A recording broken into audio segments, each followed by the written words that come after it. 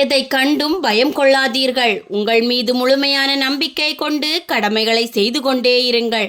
இறைவன் காட்டும் பாதையில் நாம் பயணம் செய்தால் சர்வ வல்லமை படைத்த அவரின் சக்திகள் நமக்கு துணையாக நம்மோடு வந்து நிற்கும்.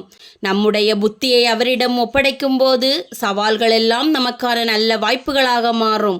வாழ்க்கையே போராட்டமாக இருக்கிறதே என்று மனம் தளராதீர்கள். போராட்டம் இல்லை என்றால் வாழ்க்கையில் எந்த மாற்றமும் நிகழாது.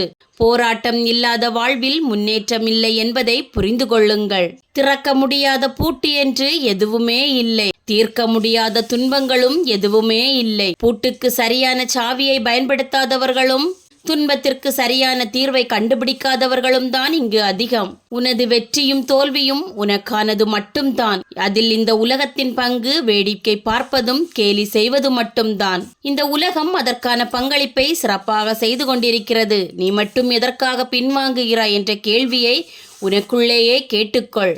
பிரச்சனைகளையே சந்திக்காத பயணம் என்றும் நம்மை சிந்திக்க வைப்பதில்லை. 1000 புண்ணியங்களை செய்வதை விட நம்மிடம் இருக்கும் ஒரே ஒரு தவறை உணர்ந்து மனம் வருந்தி உண்மையிலேயே அதை திருத்திக் கொள்வதுதான் உயர்ந்தது.